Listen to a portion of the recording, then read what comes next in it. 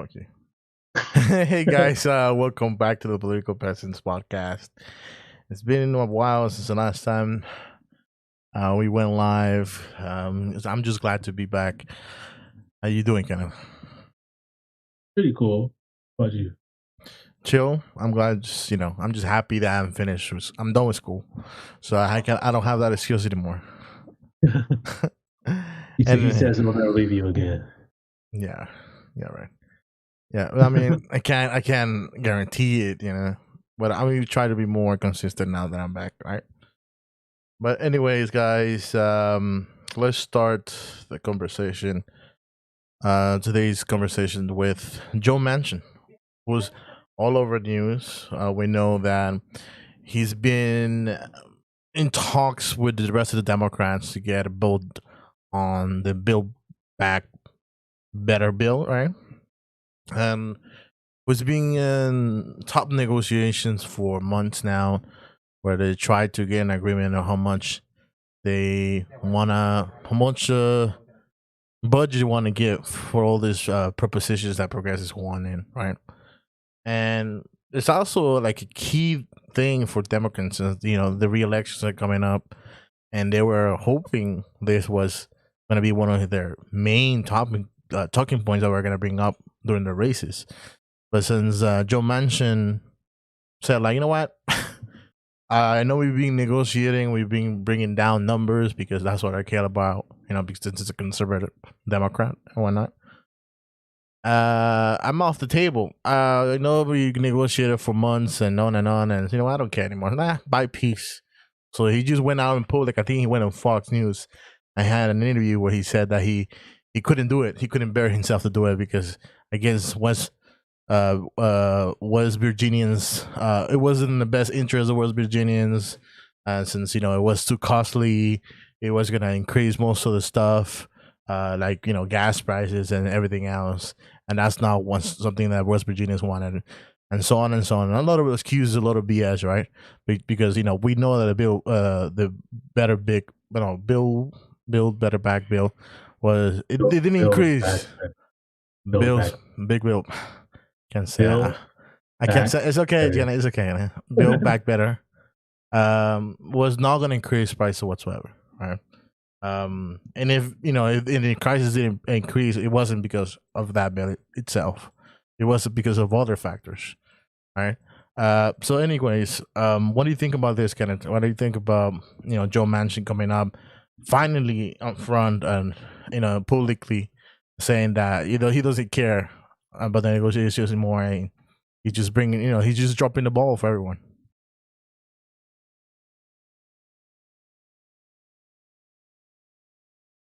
I'm another member of this squad. Uh huh. All right. Hey, everyone saw it coming. Everyone knew he wasn't going to back the bill. That's why they wanted Nancy Pelosi, right, to not pass his version of the bill. Remember, it was a smaller stimulus bill, right? A smaller infrastructure bill that was passed earlier this year. Yeah. I think it was in October. That he supported 100% with the Republicans. Some Republicans, I think, supported it. And they said, if you pass that bill, the bigger one is not going to go through. They're right. Joe Manchin was never going to go through with it because in that bill was essentially legislation to help fight climate change. And Joe Manchin is invested in multiple coal companies. Is bad, which means that bill is bad for his bottom line. That's simple. He was never going to support it. Oh, you just heard Mitch McConnell just say today, Joe Manchin wanted to come over to the GOP. I'll welcome him. Look at it. The thing is, this is really bad because it plays into narratives that Democrats don't know what they're doing. Right? Yeah. That's all it does because now Democrats have all the power. Presidency, well, maybe not all the power. Presidency, right? We The do White have a House. majority. Yeah, you have the White House, you have the Senate and the House. Yeah, nothing's happening. This guy right here, and Kristen Sinema. Yeah. And so the only thing that's left is how are people in West Virginia going to take it? Are they going to die back in office again? Oh, they're not. The good thing about it is like unlike last time, the last time Manchin did something like this, it wasn't as public. Right? It Yeah. wasn't as public. Like most people didn't know what he was doing, but now it's like all over the place, right? Everyone keeps talking about, oh, guys holding up Kristen Cinema, Joe Manchin, these guys, they don't want you to get money, they blah blah blah, right? And so that's a more positive thing that maybe these two would be pushed out of office because of it. But see, I mean, it's really disappointing, but it's really expected. Yeah. Yeah. Most people who you could clearly see that he was not gonna get anything done. After the beginning, he was way too hard on trying to be against it. Even though he kind of he wanted to say, "Oh, I'm just leaving room for negotiations," and da da da da da da. But after they brought it back to back twice to the table, that was okay. They just prolonging this, right? They're just playing the game of, you know what? I don't agree with this. Change it. You know what? Nah. I don't know. I don't know about that. So they keep, there's excuses, and then a lot of Republicans are like, oh, we don't have to do anything.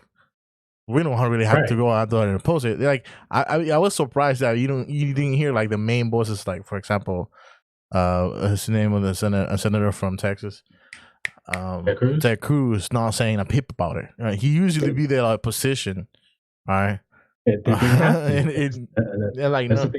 One guy. Yeah, they didn't have to. Well, two. Kristen Cinema was there too, but she didn't say much. She just like, no, I'm I'm with just him. Yeah, the thing is that this is corruption at its finest. Like if you expect anything else, is corruption. This is really bad because polls are already showing that Democrats are wildly unpopular. That are racist for the Senate and the House. That's really bad, right? People are just like, whatever. This is probably the reason why. Because I said now you can't blame Republicans. Have everything. They're gonna try to blame the Republicans one way or another. Of course. I mean, because like what else can you bring to the table so people could come out and reelect you? What can you use as like the boogeyman now? The only thing Trump is no longer there. Can't use a boogeyman. Thing is that for people who know, like, yeah, Democrats from all over the country have been trying to use Trump as an excuse still, and they're losing. They're losing badly. I was like, he's no longer there. He's like, he's not dead like per se, but he's no longer in the news. He's no longer the top piece. Right, he's not the top GOP. Yeah, he's out there. He's out there still like doing rallies and whatnot. If you haven't seen him, right? Last time I was on just scrolling to the social media, TikTok, and I saw him live. Someone was just live streaming one of his rallies, and he was. I mean, to be honest, it was quite funny because it's been a while since I hadn't heard like something obnoxious from him, right? But but besides that, he's just out there. He's still out there saying dumb shit from time to time, but he's no longer in the main spotlight. Therefore, people is like, you cannot really say that it's because of Trump. He's no longer there. He's no longer the president. He hasn't been president since a year for now, right? It's been a year. And that's the thing. Like he hasn't been president for a year. Yeah. Honestly, like, because when Joe Biden started, he started off pretty strong, right? I said that, right? Yeah. Money in people's pockets, shots in arms. That's what he needed to say. Dude, he pulled out of he completed the pullout from. Yeah, he did a lot of big things on presidents already. That often, the thing is, as time's going on, it's starting to get ground to a halt by Christian cinema, and there's just a lack of will to want to do it in the first place.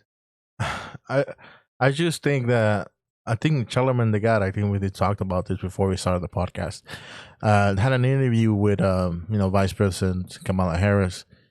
And at the end of that interview, Charlamagne the God, he just say, let me just ask you one last question. Who's the president of the United States, Joe Biden or Joe Manchin?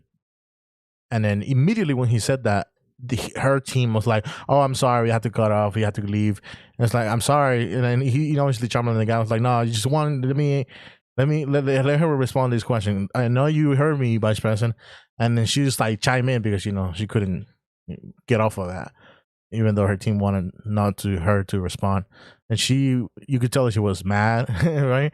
And she's like, "Oh, let me just tell you, Trump and the guy, Joe Biden is the president of the United States, and I am the vice president, Kamala Harris." All right, just to let you point out because that's a silly question. Like, all right, obviously it was a silly question, but we know why he asked that, right?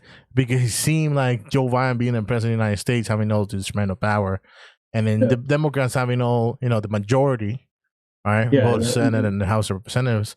One person seems to be leading up the charge. I mean, it's not just that. Not just that, but it's also every time something like serious needs to happen, it's always someone else's fault. You know what I mean? It's always, oh, we didn't have it. Remember, we were talking about it a couple months ago. Senate parliamentarian. Uh-huh. When they, I forgot what bill they tried to pass. It escapes me at the moment. But they tried to pass a very serious bill, although it was a budget reconciliation bill. That's what they tried to pass, right? Mm-hmm. And where I think it was Bernie Sanders' bill, and the Senate parliamentarian that it wasn't okay for this to happen. All they have to do is overrule the parliamentarian. That's it. Kamala Harris to do it by herself. She just has to say, "I disagree. We're going to do it anyway." There's nothing that can stop her. Yeah. But then they came out and they're like, "Oh, we can't do it because the parliamentarian says we can't. Sorry." And then now it's Joe Manchin and Kristen Sinema. It's just like for a person who says they're the most powerful person on earth, you need to be getting stopped by a lot of less powerful people. Yeah. Like it's ridiculous. It's not even a group of people. Like even like democratically speaking, it's not even a lot of people. It's one thing if like people were like voting you to stop, right? Voting for you to stop. But it's not even that. It's literally like one other person, two other people, not even a majority. Just some other people say, "Nah, I don't want this to happen." Falls apart. And that's what's crazy to me. Like that Joe Manchin has that kind of power to just break them apart. I mean, like since the get go, we know it's gonna be a dead thing if he opposed it and someone else did too. It was two people, right? Kristen Gilligoy and him. And those people have more power than anyone else. Yeah. And I understand about compromise, right? We don't want to be like, oh, they should have passed 10 billion, right? And the beginning, if not, then that's all outrageous, right? At some point, we were like 3.5 billion. Okay, I guess. I mean, they brought it back to to those numbers, but it's something, right? Even though they have scrapped some of the most important things from that bill, right? Yeah, no. The thing is that they refuse to go hard on him. That's the thing. They refuse to go hard on him. Like, hit him in his state, run ads, knock his ass out of the party. You know what I mean? Like say, hey, we're not gonna run you. We're not gonna put you out there for senator anymore. We're gonna go for someone else. Yeah, like all that kind of stuff. Like, but they don't want to do that. That's the problem. It's like, in order to do that, you have to wield the power. Like, you can't just get power. You have to use it, and they don't want to use it on them. So I'm like, bro, you're the president. Joe Biden is the president. Say, just tell the Democrats he's the head Democrat right now, right? Because he's the president. Yeah. Just tell the Democrat Party, hey man, we're not backing Joe Biden. Let him get that from somewhere else. Bring his own money to get his own things. Like we're just gonna go with someone else. But they never want to do it. They were Christian cinemas like, okay, we're gonna go with someone else. You can go find your millionaire, you can find your billionaire, you can go to the Republican Party. I don't care, right? You're gonna find someone else. But they don't want to do that. They want to just, oh look, he won for this long, he's gonna keep on winning. We don't want to try something. Remember they didn't have a 50-state strategy before? But wherever they didn't feel like they could get the seat, they were just like, nah, I'm good. We're just gonna pass up on it. And like Bernie Sanders and a lot of incumbents came in. I mean, a lot of progressives came in and they started sweeping those seats. They're like, yeah, we got this. Remember in Georgia? Yeah. They're like, yeah, it's unlikely we're going to win on both. Yeah, but the thing is, that's the Democrats in a nutshell, bro. What are they going to do? Unfortunately, Bernie Sanders has caved into this strategy since 2016. I think 2016 he came out a little bit more strong than he did in 2020. But I mean, he I don't know, that just that strategy, like, it didn't work so much in 2016, and he just doubled down on it in 2020, and then for him to continue just kind of like relying on the Democrats to keep their world and keep they're doing their share of their work like he's doing, right? Because obviously we know that since he got up from the presidential race, he's been working behind the scenes nonstop. yeah, But you don't see everyone else doing the same thing. yeah. I mean, the thing is that you also need to, like standards and such. Like they need to, people need to stop playing games. Need to stop like thinking that it's not serious. I mean, it shows you. I mean, you see it. You see it. This is perfect example, right? You don't have the media going out there saying, "Hey, man, Joe Manchin, I thought you were a team player, man. You can't hurt the Democrats." Like, remember what they were saying Yeah. about all the progressives? You got to help us out, man. That you're being too extreme. What happened to all that on Manchin? They started like that, but then they moved away. Yeah. And I was just like, "Cause you want to know why? Because Joe Manchin didn't care." That's what I'm saying. Like Joe Manchin can't Well, care. Sometimes, at some point he kind of got mad that Bernie Sanders came in and kind of. of course, but the thing is, when the media was calling him out for it, he was like, "I don't care. They're not going to vote for it." Yeah, but I What mean you want to talk about? they could have keep going. They couldn't like Right. rely on to, because there was no physical presence in Virginia whatsoever. That's what I'm saying. Like, so they need to put one there. That's the thing. So, like, if they did the same thing they did with Sanders and quote unquote Bernie bros to Joe Manchin, maybe it would be a different spot. Now, here we are again. This is not the first time Joe Manchin, particularly, got in the With way this in the piece. way of something. So it's like it's ridiculous. We need to stop playing games. And so that's all I'm saying. Sometimes you just gotta let it get sacrificed. It's like sometimes showing people how bad one group is will prove you wrong. Yeah, yeah. And that's why I want to bring back Bernie Sanders to the picture, right? Um, he's the one who has recently came in public and had an interview on CNN with, um, and kind of like went directly against Joe Manchin, saying, "Look, we have to acknowledge that he kind of is uh doing the worst things for every West Virginian out there, right? He's not trying to like be on your side. He's not looking after you, right? We know that every West Virginia is for the Build Back Better bill, and also we need to understand we have a massive corruption going on in the political No, I mean, spectrum no, here in the look, United States. look, you don't need to go that far. Okay, you need to do the same thing Trump did. Okay, guy's useless. Didn't do what he says he's gonna do. Get him out of here. That's what Trump did. That's what you need to do. Yeah, but the Because thing like is, Bernie all Sanders believes that they all of course, their but the thing is, fellow. if you need to give people office, you have to do that. Because the problem, see, like I said, this is what I've said when it comes to Donald Trump. He just straight up said it. Like he realized people don't like politicians. No, Who cares? they don't. So he went out there and said George Bush didn't keep us safe. All the Republicans were thinking like, oh man, what saying this about George Bush? That's crazy. He was the president. Everyone in the audience was cheering. They're like, damn straight he didn't keep us safe. F him. F George Bush. Like when he was talking trash about all the other Republicans on stage, it was like, good, F those guys too. But the Democrats, they don't want to go after it. Look, Joe Manchin he's useless, right? Not going to do anything because it benefits Well, him not to do anything. Get him out of here. let's be honest. The Democrats are going to use Joe Manchin as their scapegoat now, right? Yeah.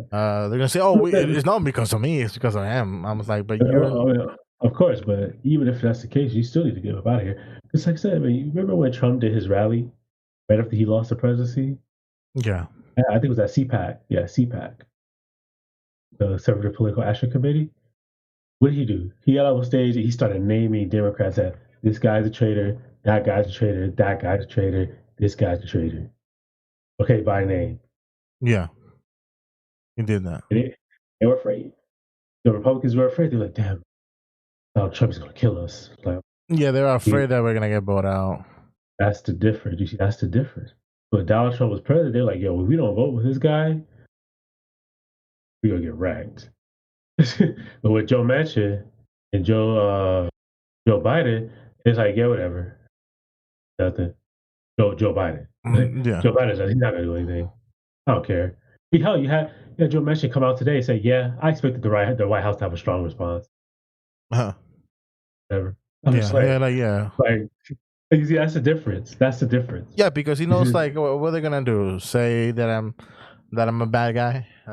Like say what they already had done about me. What have they not said about me that hasn't like done? And that's the thing, dude. Because you have to set an example.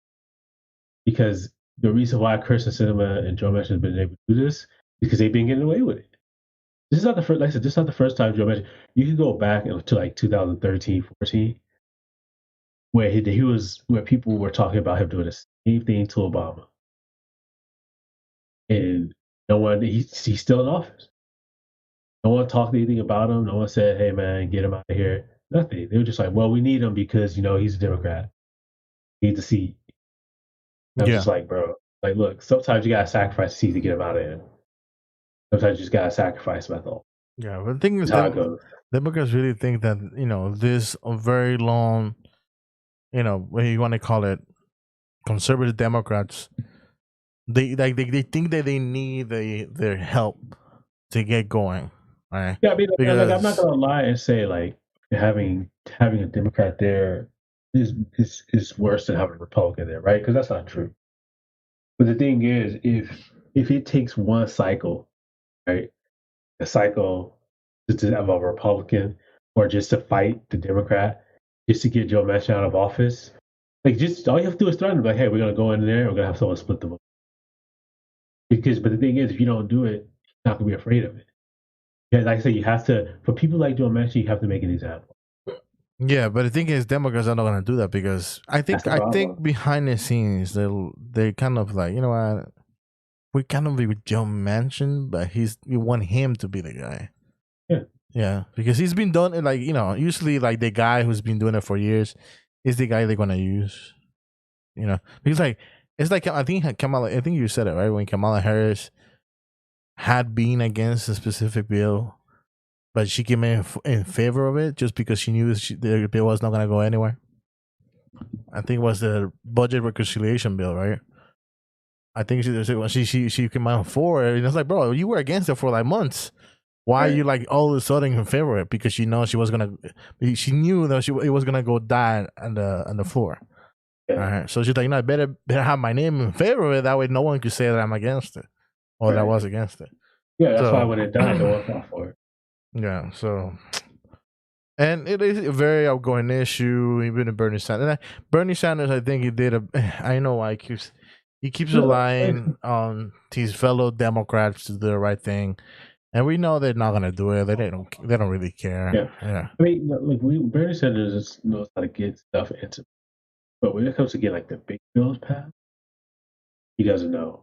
That's a problem. Well, he knows. He does. But the thing is, he's not hard enough. Like he doesn't want to be that guy. Right. And so, like, I think personally, take Joe Manchin, make an example out of him. Go in there and be like, hey, man, you don't vote for this bill, I'm going to run something again. He comes out and says that, you're going to split the vote. I'm like, cool, we'll split the vote as long as you're out of office. And then he'll be like, he'll want you to put up. So put up. Look at what happened to AOC. AOC, when she got elected, she came on fire. She came out blasting. She got to take shots in the Senate. She just got in the Senate. She was taking shots on everyone, right? And everyone's like, "Oh, I look up to her. She's the kind of energy that we need from any Democrat, right? To not be this kind of like a non-apologizing figure. Obviously, that came with a lot of criticism from the Democrats." Like Nancy Pelosi, some of the fucking conservatives, the Republicans went nuts up, after her, right? Because she was doing all this, she was throwing shots, and I don't know what happened after 2 years. I think she kind of obviously got close to Bernie Sanders, and Bernie Sanders kind of took her under the wing and say, you know what, you should not do what you're doing right now, which is Right. like trying to make everyone your enemy, because you're not gonna get anything done, right? And if I were you, I'll start making friends than enemies, especially with the Democrats. Uh-huh. So I think she took that she took that bad advice. I think it's a bad advice because she was doing well. She was getting so much money whenever she wanted to gather money for any cause or for anything like that. She was immediately raising so much money because people were like, I like what you're doing, keep going. But immediately when she started taking the I think Bernie Sanders of us, I think, to just start cutting off to Democrats, start working with this, start being buddy. People was like, "What are you doing, bro? Like, we like you the way you was. Now you're just trying to make excuses for Democrats, especially for the top guys, right? Like Nancy Pelosi, and Joe Biden, right? Where she came out and said that he had done a pretty good job and everything." and people was like, I know what, I don't like you anymore. Like you were doing so well, and right now people were getting pissed off of her because she became a little bit hypocritical in certain ways, and she just kept using she kept just relying on the Trump thingy. I was like, okay, No, but then I don't think. but I'm just saying that his strategy did not work with her because she kind of went full in. She went full in that strategy to get something done on her behalf because she hasn't passed anything in the House of Representatives, isn't it? Yeah, I mean, yeah, but the thing is, that's what I'm saying. Is that I get ways to do it, but the thing is that because I get it, right? You want to keep your seat, keep as much power in your court as possible. I get it. But the thing is that the Democrats are seen as weak and having no teeth, and that's why you need an example. And I see two perfect examples in Joe Manchin and Christian Sinema. The one Joe Manchin did, right? When when Joe Manchin was running for his seat in West Virginia, I think once AOC was like, you know what, we're on this together, and AOC sent her like a check for $5,000 to help him out, and then Joe Manchin's like, I don't want your money, and he sent it back. The thing is that like it's like because like I don't know if you remember, but when Joe Manchin was doing all this stuff, there was it was like a group of people, a super PAC or something like that, that started running ads against him in West Virginia. Okay. Running ads against him in West Virginia. Okay. And that scared him a little bit. See, the thing is that without more power backing those ads, they're just ads. You know what I'm saying? You have to like get them out of here. Like, because the thing is, it's like this is like say I keep bringing up the Republicans because I like the way they do politics minus the corrupt. Is that if you don't serve their purpose, you don't have some emotional attachment to it. So CFO done out, right? And then if you don't toe the party line, they go hard against you. That's the difference. They go hard against you. They're just like, yo, this guy can't trust it. He's a traitor. He betrayed us. He's not a real conservative. Blah blah blah blah. Always, right? You go like immediately as soon as you don't do it, right? You saw what they did. They tried to crucify him. He just won. You know what I mean? He fought back and he won. But as soon as Trump was saying like all that crazy stuff, they were like all up against it. And I'm just like, man, Democrats, you need that. You need that ability to flush out the bad apples, all the useless ones. Yeah. It's like they're gonna keep coming. Like Joe Manchin and Chris Sinema, they come up and lie and say they support it, like Kristen Sinema did, right? She was lying, saying, "Yeah, I support Medicare for all this stuff." They get into office, say, "Hey, let's vote for it." He says, "No, I'm good. I don't believe in it. That's too left wing." And then nothing happens to him. Nothing. Yeah, because overall, I think most Democrats will say that they're more like center right. You're going to say center. Yeah, maybe Kristen Sinema is center right. Don't mention them. No, I'm just saying like everyone. I believe that they're more center right than center left. Because let's be realistic, like they don't like anything left. They don't like even to be considered lefties. All right, so that means, and they when they say, "Oh, so you're more center right," oh yeah, yeah, it's pretty accurate. because they like the label of, oh, I could cross over. I could appeal to all these conservative voters. Yeah, I mean, which is I think is a very losing strategy, right? They couldn't do it with Donald Trump, right? When they try to appeal to the conservatives, any guy who got the bless of Donald Trump, they happen to lose, right? They had most Democrats had to really fight tooth and nail to get a specific Dem, to win with no votes, so they could stay in the seat or they could win a seat. I think a great example would be in Georgia, right, where they had to go back and back, and everyone was just fighting to get that seat, right, to have the majority, and they did. And then so far they haven't done much, but they just passed the check that everyone got at the beginning of the year, and besides that, they haven't done much. You can say that, right? They haven't done nothing. They only gave us one check, right? 2 checks or 1 check, but they only voted once. But with all this going around, Joe Manchin coming in favor, saying that he's gonna do nothing about it, it has put a lot of Democrats against the wall, right? Where it seems that all of them have to do whatever it takes to win their seats back, or to remain in their seats, or to even win a race. And so he said, it's up to whoever wins is, what's the saying? The stronger survives, or whatever, right? It's all up to you now. I mean, there's no longer the party that's gonna try and make an effort to give you more strength when you go into your campaigns, right? It's all up to you now. Do whatever you take. If you're gonna start lying or start doing some propaganda in your favor, you could do that right now, right? And who's the first one to do that? Stacey Abrams. So what she's doing now? It says she's seeking national voting rights action before the 2022 race. Why is she doing it now? You think about the 2020 race. The thing is that 2020 race, 2022? 2022, yeah. Yeah. Next year. Huh? She's thinking about the 22 race, the 2022 race. That's why. That's the thing, man. This is what ends up happening. So Democrats come out and they support voting rights only or mainly during election years or around election years. So it looks suspicious. You know what I'm saying? Because it's like, why do you only care now that 22 is right here? Yeah. Right? Why do you care as soon as Joe Biden won? You know what I mean? It makes it look very suspicious. I can understand why a lot of people don't want to listen to her and that kind of stuff. Because you said nothing about it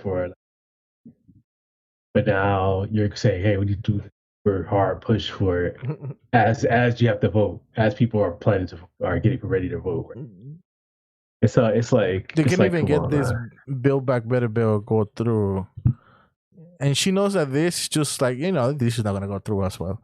And she's like, no, but it's that recognition. It's people talking about me and what I'm standing for and what I'm trying to get done, even though it's not gonna get anywhere. We know that.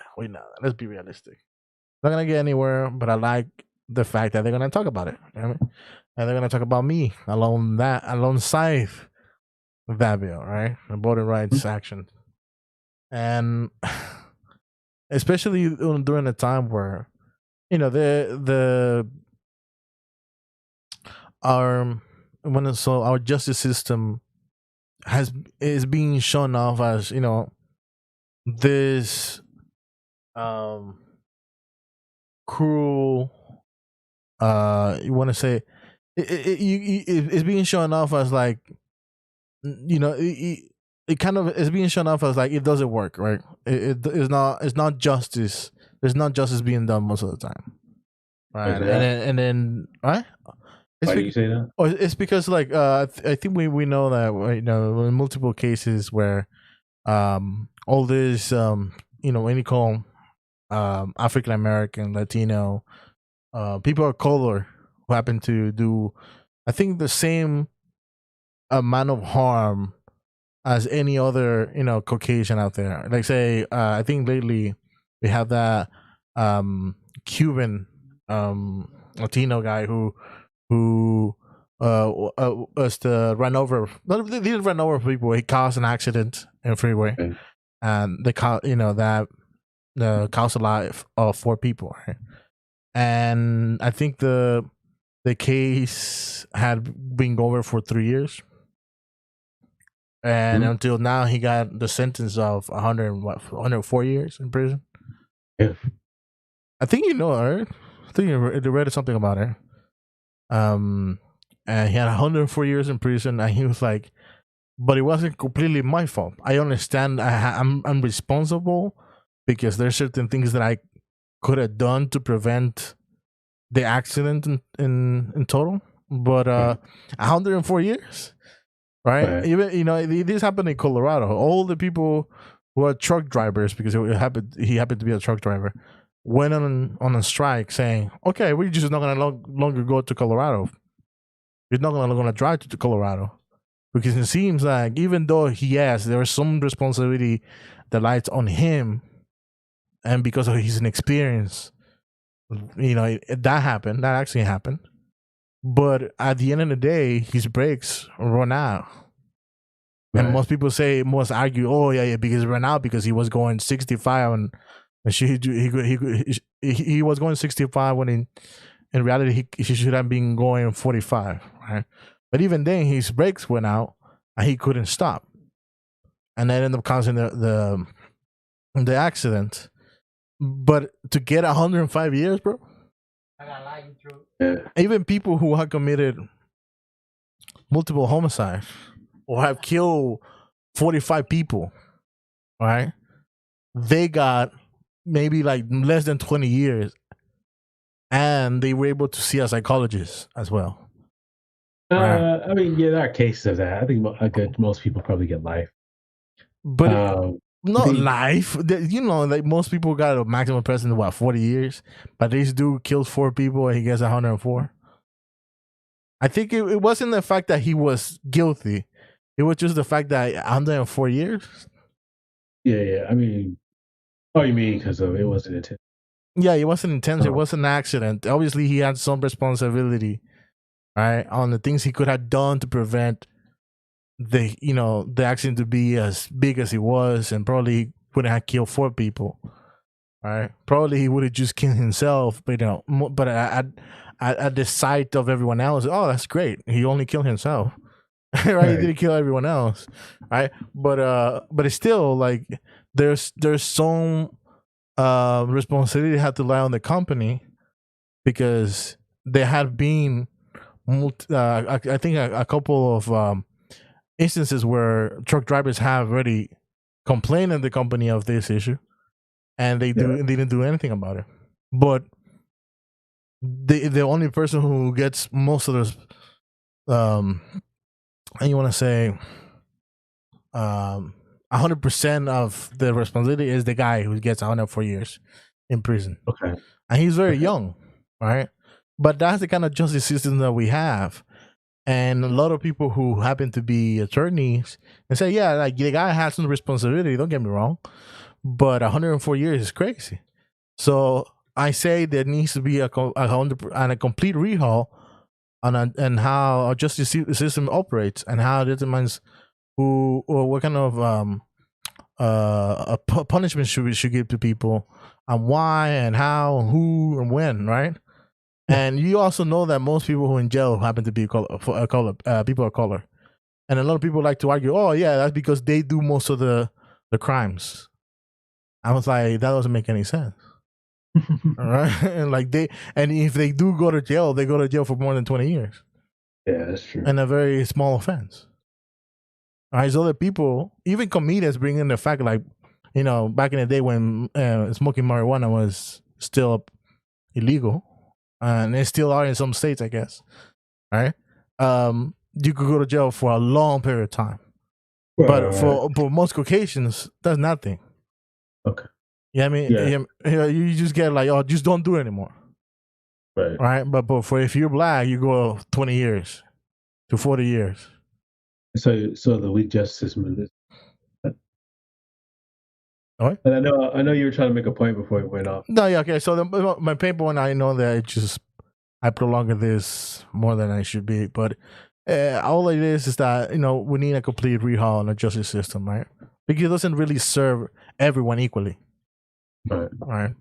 So, and you say why, and then they tell you why, Right. and yeah, but I mean, maybe you disagree, you agree with me on some level, but yeah, I mean. And that's one of the and then for Stacey Abrams to come out and say, "Oh yeah, voting rights, we're gonna get it through," and I better be my name better be there right next to it because I'm the kind of person who will promoting it, even though we Right. know that most of my other there's not enough votes for it to go through, and it's gonna die in the Senate. Well, I haven't seen it. I think it's like I was telling you, Hillary Clinton reading her victory speech Yeah, on the night she lost, that she was going to read if she won. Hillary Clinton lost because people knew that she was wanting to be president for Hillary Clinton. She didn't want to be president for the United States. Yeah, she didn't care what was in the best interest of the United States. But she wanted the presidency that she was a president. And Kamala Harris has the same issue where she's doing the exact same thing. She says what she needs to say. She says what she needs to do to get more powerful. Right. yeah, That's why the more you show her, the less people like. Right. Just like Hillary Clinton. Issue is that so when you go forward to 2024, now 2024 is a while, but you go to 2024, you have to wonder who like okay, so going back in all the races, 2022, 2024, Democrats are projected to get wrecked by all of them. President, Senate, House, doesn't matter.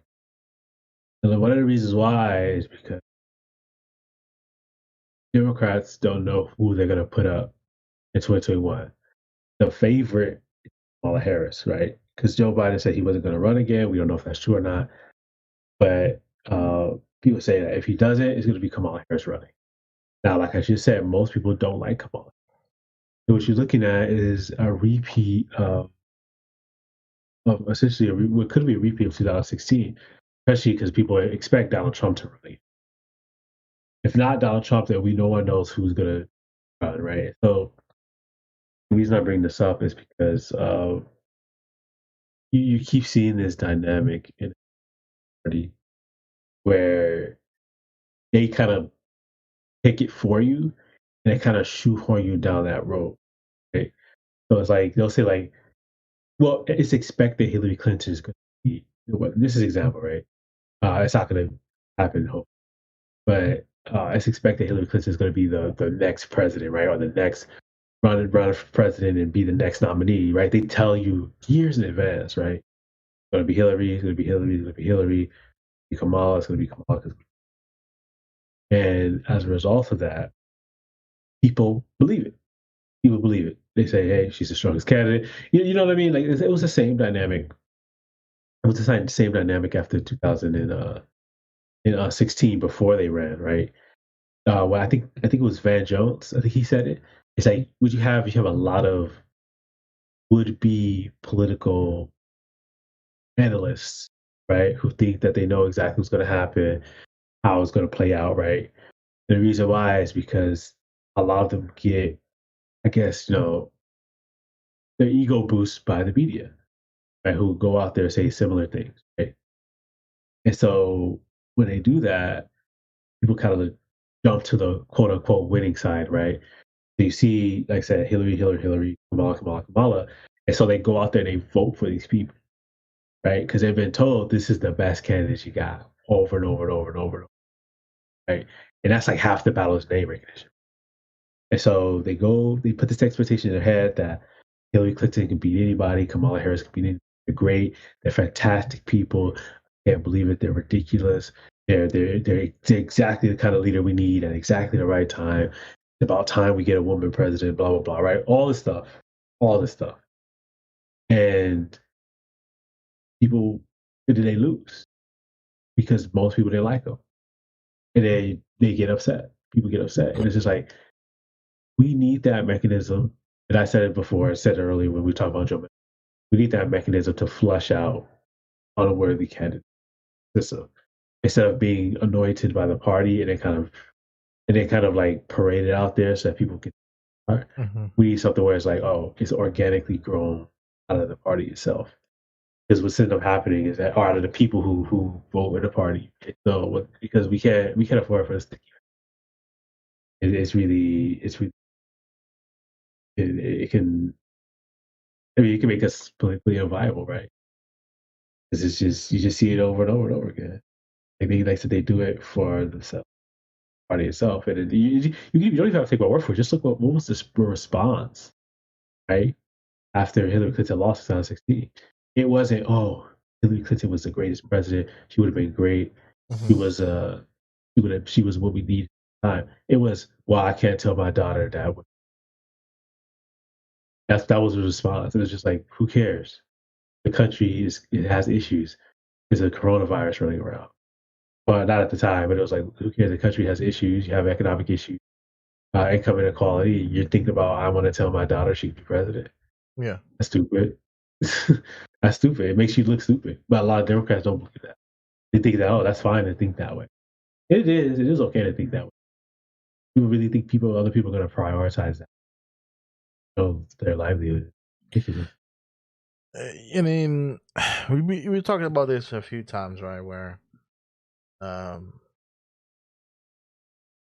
sometimes I think it's like, I don't know. I saw this clip online where I think it was someone from India. I think it was a politician from there, and then he was saying, "Oh, how democracy is great and everything," right? And he was describing what democracy is. He was just saying the definition, right? And then he said, "But democracy is stupid because the people are stupid. They don't know what the fuck to do. You know, they don't know. They don't know what to. Democracy is stupid because most people are fucking stupid. So it's dumb. Why we should have democracy, right? We should have someone who knows what they're doing, and he should be in power. Some shit like that." So I was like, and then it makes me think of most people who obviously you were not on the internet on Twitter or anything during the 2016 campaign or 2020. And most people just use the same excuse for Hillary Clinton. Oh, it's her turn. Right. Exactly. It's her turn. She just waited. We let Barack Obama become president. Now it's her turn. I was like, what do you mean you let Barack Obama be president? Most people, and it's that is based on a bunch of polls where they asked most of the Clinton voters, like, who do you vote for on 2008, right? Did you vote for Barack Obama or for his opponent? I voted for his opponent. Right. Why? Why you just didn't just like go ahead and got in line like you were telling us, right, in 2016 to get in line and voted for Hillary Clinton or you voted for Barack Obama? Hell no, never. And most of their voters voted for someone else, or they did not vote, or they voted for Mitt Romney. It wasn't Mitt Romney; it was the other guy, wasn't it?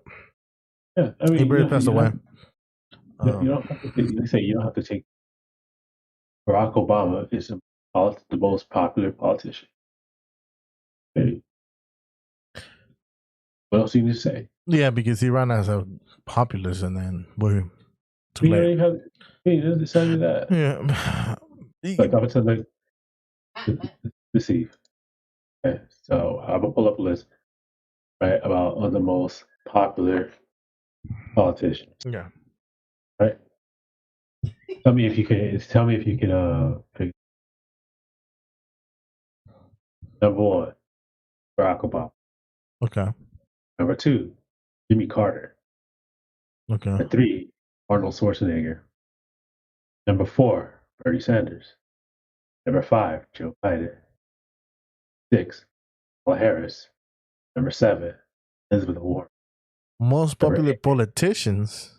yes. Number eight, Alexandria Ocasio-Cortez. Wait, why Number is 9. Kamala Harris at this list? What? Why is Kamala Harris at this list? She's popular. Get the fuck out of here. Number 9. She's known. Is she known or she's popular? No, it's not about popularity. Kamala Harris. Kamala Harris is popular. Both of them are not as popular. Obviously, but I'm just surprised that Kamala Harris is in that list at all. But what you should be surprised about is Jimmy Carter being number 2, despite having been a politician for almost 4.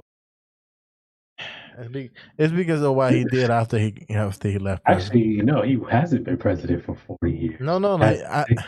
It's the story behind what he did after he left the presidency. He just dedicated his life to building homes for the poor. Yeah. But then what about Arnold Schwarzenegger? Number 3. Terminator. Okay. This is a Hollywood actor. Why is Ronald Reagan up there? Hollywood Reagan was a very bad Hollywood actor. He wasn't as popular as Schwarzenegger. He was just like one of those Hollywood actors who was just conservative. And how come George Bush is more popular than George Bush? George W. Bush.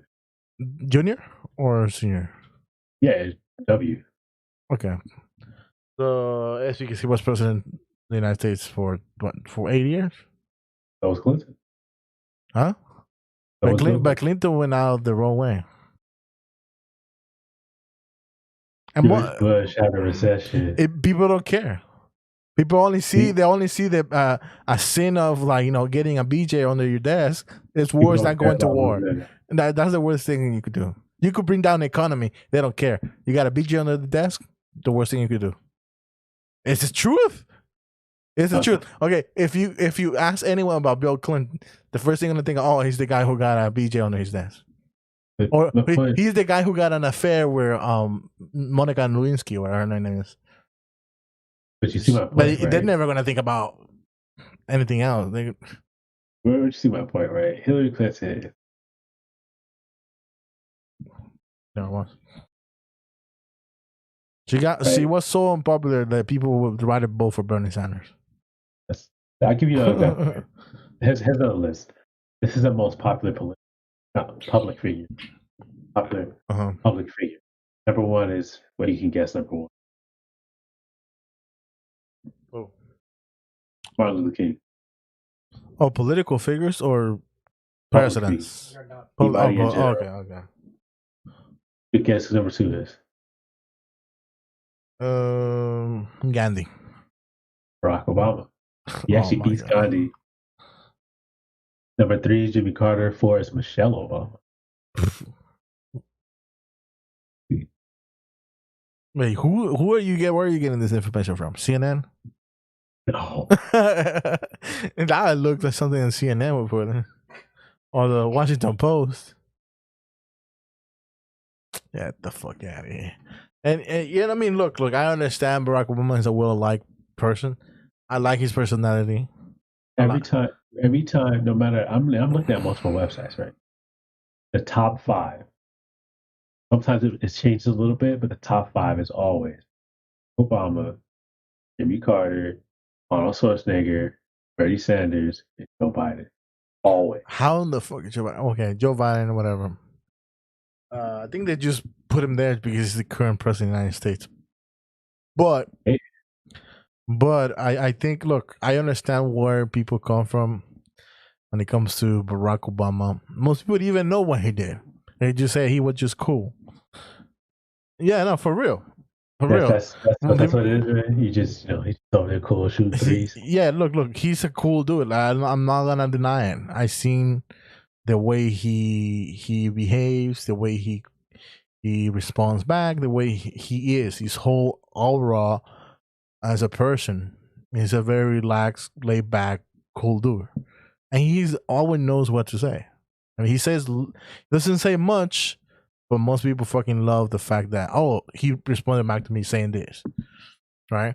But he has a cool dude. Now, as him as a president, we could talk about it for hours. Things he did, bad and good, right? He was mostly charlatan, but in my eyes, I know most people say, you're racist because he's black now.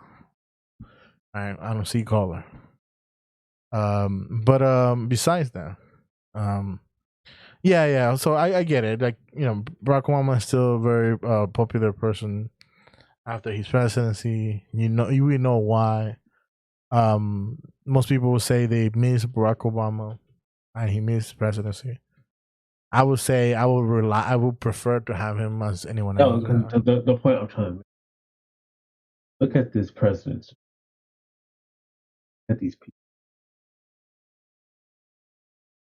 Isn't that sad? They're not even politicians. Except Bernie Sanders. The rest aren't even politicians.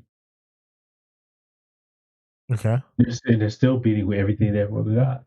Yeah, but I mean, we know why. There's literally no one fighting for most Americans than Bernie Sanders. When he's gone, most people. I think Bernie Sanders is gonna. He does really bad with the demographic who happens to be African Americans. He does really bad, and I can see why. He's the kind of guy who says, "No, my ideas should resonate with everyone." You know what I mean? Look, if Bernie Sanders wants to run again, this is what he needs to do. Just go out there and just say, "Oh, you need." How's that COVID? Y'all have Bernie Sanders do if he wants to run again? Go out there, Bernie Sanders. Go out there and say, "I told you so. I told you need a universal health care. How's that coronavirus bill working out?" Bro, he's not gonna do that. That's not Bernie Sanders. Like you done playing? That's not Bernie Sanders. That's not Bernie Sanders. All right. So besides that, I know we talked about Joe Manchin and Bernie Sanders and everyone else. I just we have a few minutes left in the podcast. Let's bring in the fact that we got a new president in South America. His name is what's his name? Boric, Gabriel Boric. All right. Who is a very young upcoming leader in Chile, and he has become the new president. New millennial socialist, he calls himself. And I think this is just like a wave of the younger generation trying to elect young presidents or young you want to say representatives, all right? Yeah. Because they see that they could like represent them and what they're talking about and their ambition and whatever better than any of the old politicians they have, right? And since most of South America and Central America is, they're massively corrupt, and they are so loud to most of the neoliberal politics from the United States and from all over the world, right? And these new millennials, they see that, what, if the new president of El Salvador could get elected by just being populist and presenting new ideas or better ideas than the one we have, I think we have a shot, right? Because it seems that there's a desperate need for that. There's a massive hole, a massive gap not being filled in, and and if anyone could do that well, they could fill those shoes in. I mean, and that's what this new Chilean president did, and he won. And that's with the whole system trying him to not even being in the ballots at all. That's what they did to the president in El Salvador. They try to first deny his name to be put in the ballot, and then the last minute he was able to just ask one of those old what's it called old movements, like political movements that had already a president in the ballot and everything. It's like, hey, can you replace your candidate? And he said, fuck it, yeah, you seem to be very popular. And they just erased the other guy's name and they put the new guy. Imagine how crazy is that, right? Yeah, that's crazy. And the guy was like, yeah, fuck it, we have a good chance winning with you. So they went, the same thing that happened here. They tried to deny him because they knew he was popular. And the last minute he was able to reel in with one of those old what's it called? political movements that wasn't valid, and he won overnight. He won by most of the 60% of the vote. And yeah, he's very young. He calls he's a socialist, and let's see what's going on. The same thing happened, I think, in Honduras. It had this a new first female president who is also socialist who won against the right wing president. So there's just this, they're popping out everywhere in South America and Central America, and the United States is just looking over. It's like, what the fuck is going on? Everyone is getting out of my control.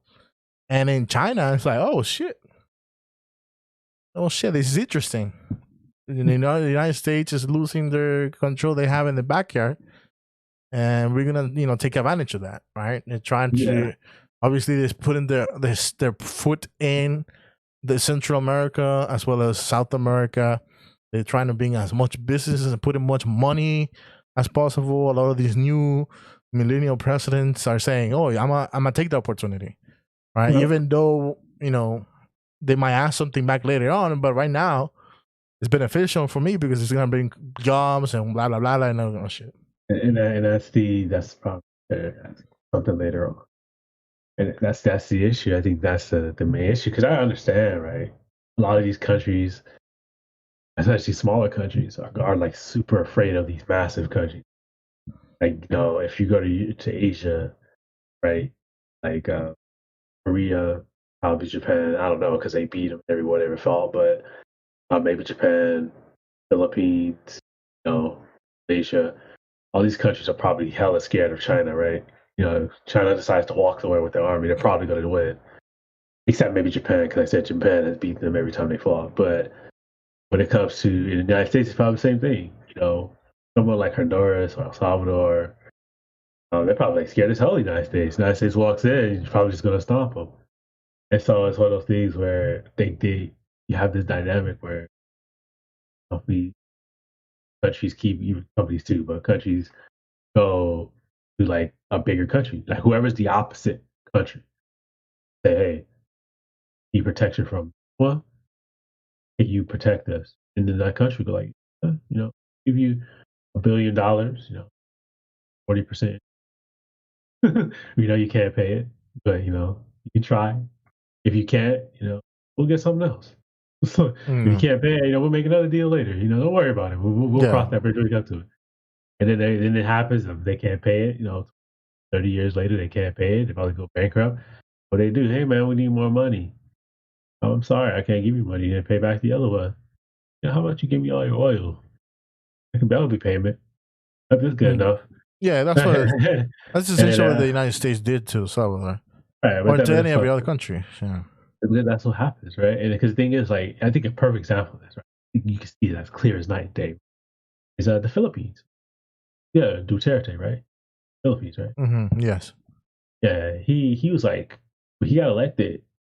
Well, he's crazy as shit, but when he got elected, he said some crazy shit about Obama, right? And Obama was like, I'm not gonna go to Philippines. And he's like, okay, cool. You don't want to come here? Cool. Hey, China, let's go.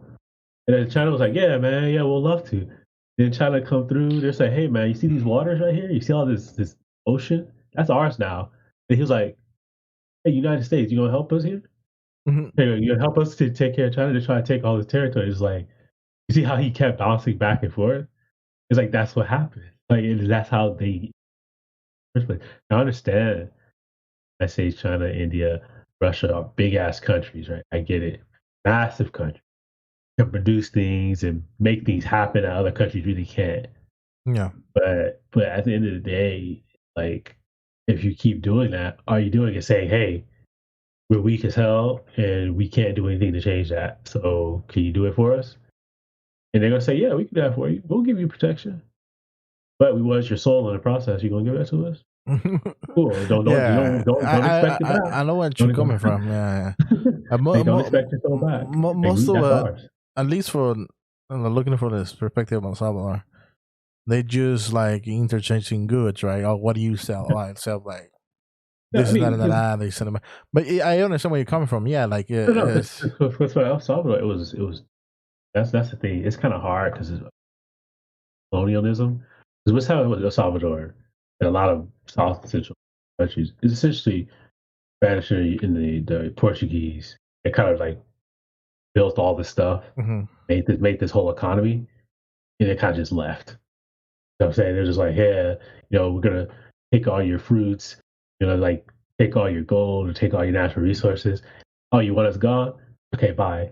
He's like, and then the country's like, hey, can we have some of that natural resources back? It's like, we talking about? We already you're in your own country. You're free. What Yeah. you wanted? It's like, yeah, but no, now we don't have anything. It's like, yeah, but you're free. See you later. And so they come to the United States and like, hey man, we're broke as shit, dude. We don't have no resources. We don't have any like industrial centers anymore because they were the ones responsible for it. It's a little bit different with colonialization, so I could get it a little bit more, right? But at the same time, it's one of those things. If you don't make it proficient on your own, you're just gonna end up selling a piece of your soul to everyone you try to go to.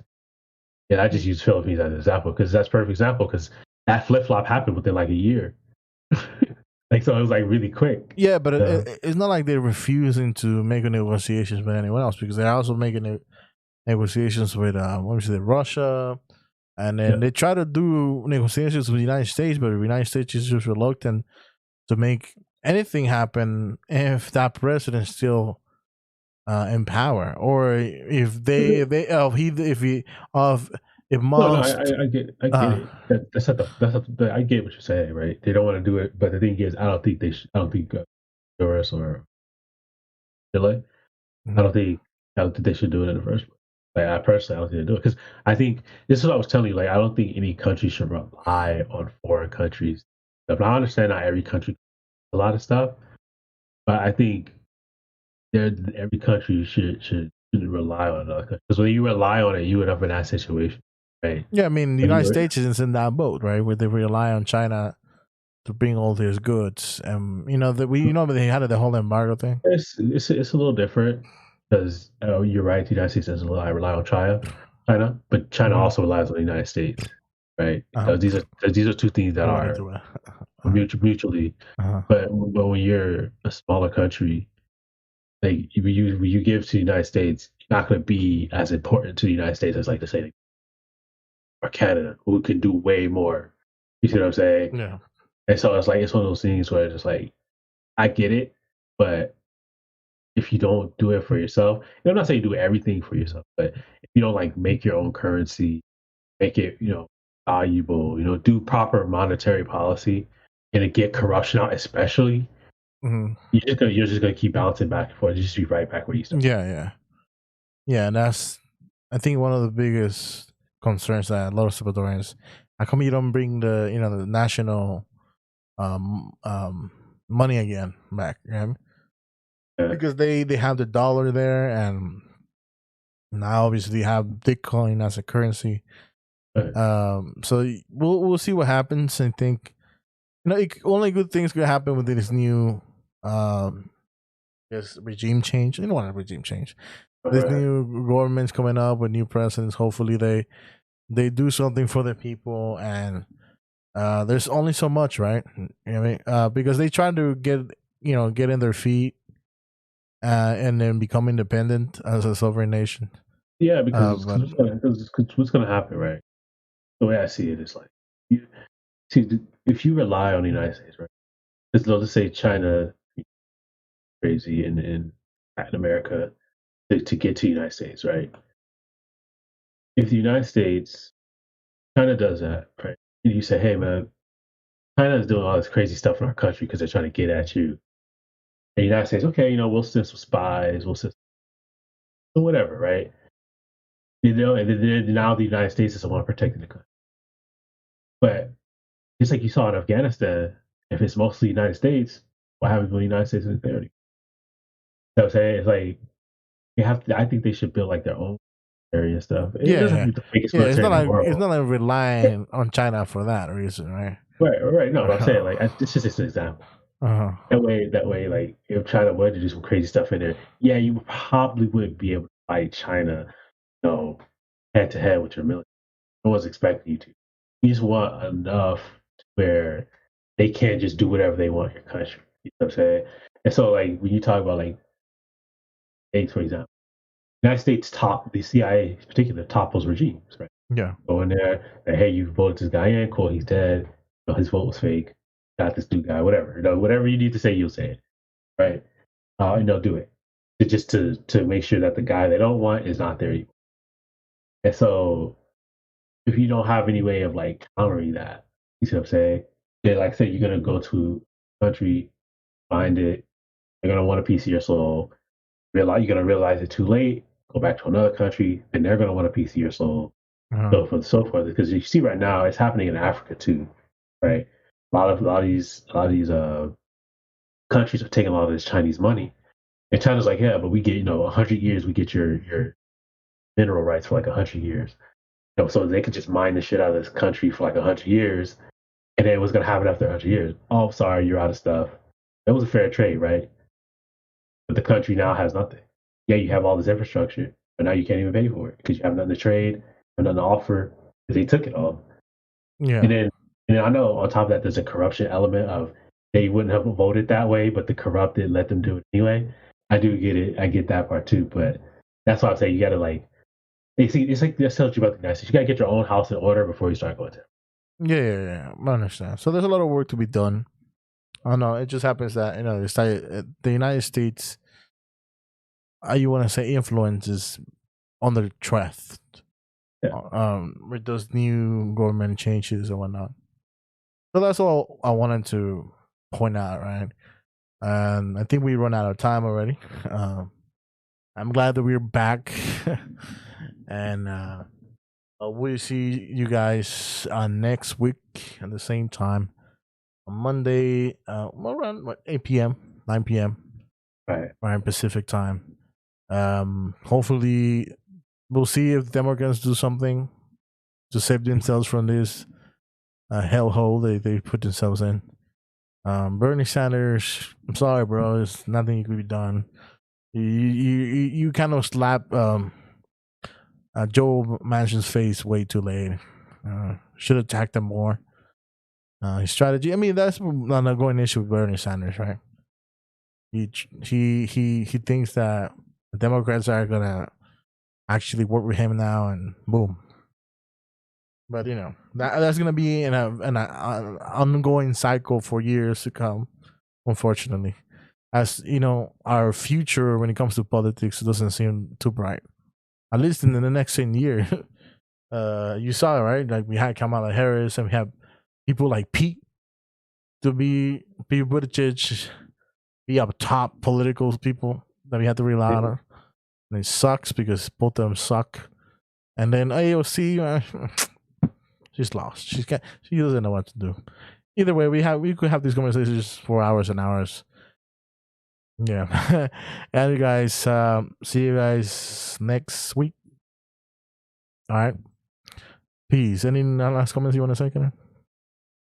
Pretty much something like All right, guys. Take care.